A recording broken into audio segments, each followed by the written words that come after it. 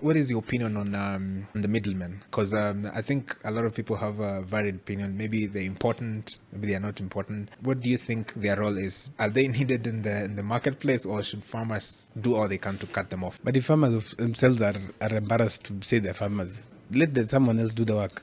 And for me, I normally say this: a middleman is only dangerous for you if you don't understand your costs. Because even supermarkets are middlemen. Because they buy from farmers and you buy from the supermarket. Most farmers, we say that middlemen are bad because we are lazy. Remember, assuming you stay in Nairobi, how many markets are in Nairobi?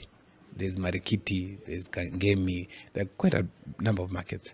How many farmers, Brian, that you know have ever gone to these markets? And middlemen is not just about buying from farmers and selling. There's a lot involved. For example, a few weeks back, part of what I do is also agri-research, and that's why we're setting up the training center on the way to Namanga, is understanding the dynamics behind pricing. A few years back, there was a very bad drought. I think it was 2023. However, we had food in Kajiado, but some parts of the country did not have food. And all the markets were busy, just like normal days. So the problem is not just the middlemen. The problem is things around that happens post-production.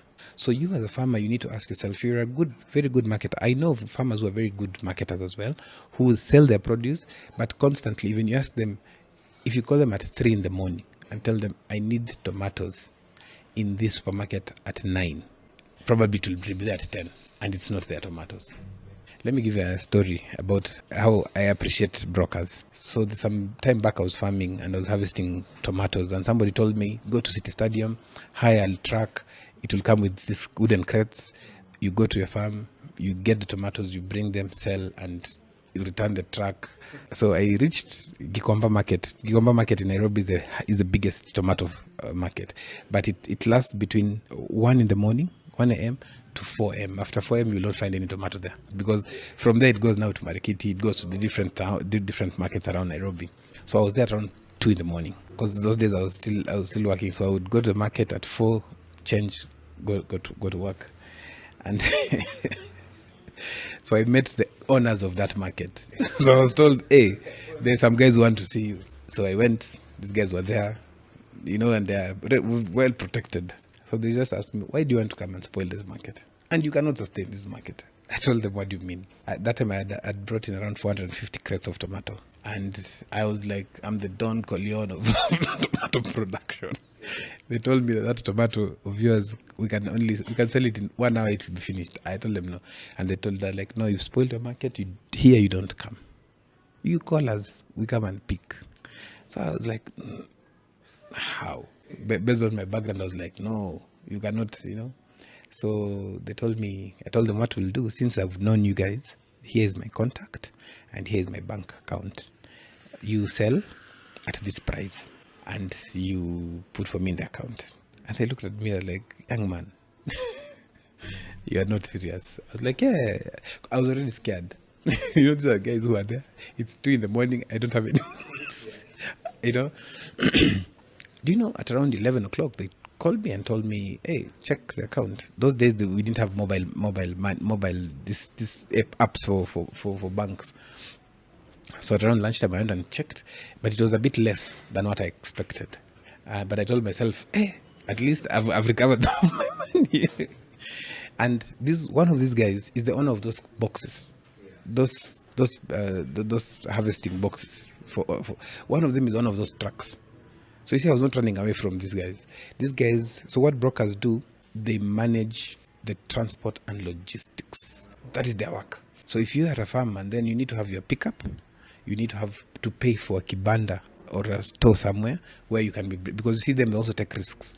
Yeah, very high risks. And I'll tell you that when I tell you about my watermelon story.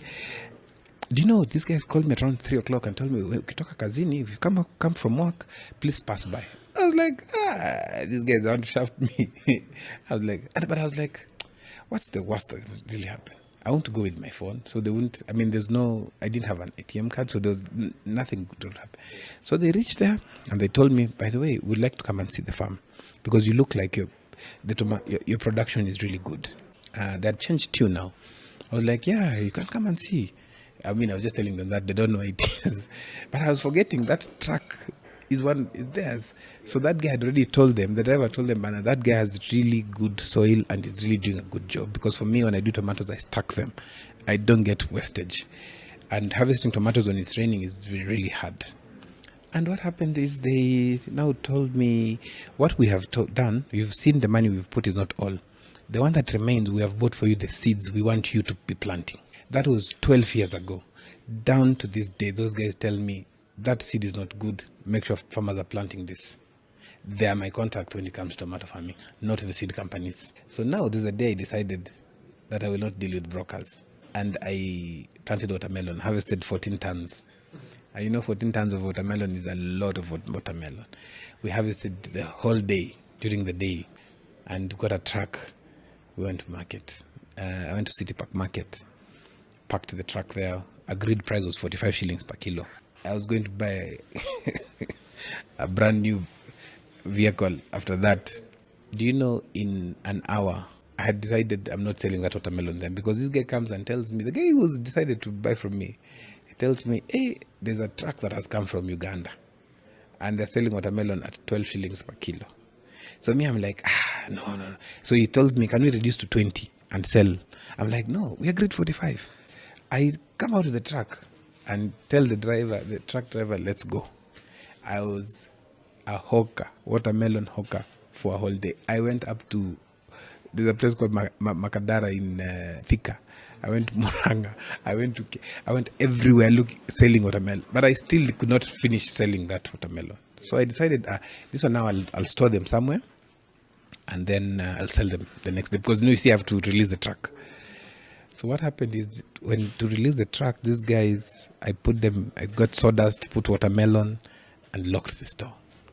And said, tomorrow I'll come and start selling slowly. At around 3, the guy who had helped me get the store nearby is telling me that the watchman is asking if we left some guys inside there. I'm like, no, we locked. I'm not locked. Like, no. They kind of, we're hearing some funny movement. So I say, I was 70 kilometers away. I don't know I was going to that time. So I went in the morning. I reached there around 6 in the morning. And when I reached there, people, I'm asking them, what was it happening? I'm like, hey, we don't know, but it's like somebody's inside there has been crushing the watermelons. And then we opened. Only to realize watermelon was harvested during the day, so it was hot. It is sugar.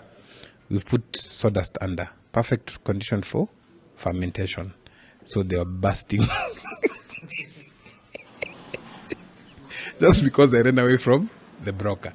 I could have sold it at that price, taken my money, and continued. That's crazy, because I'm thinking, like, at 20 bob from 45 bob, that's like almost a half. I had not done my maths. So it was still profitable at 20. Cost of production was 8 bob. I would have sold at 20, but I was running away from the broker. If it was a broker, I would have sold to them at 20 shillings. They would have paid for the transport, for the storage. They have the markets. Their work is to sell. My work is to produce.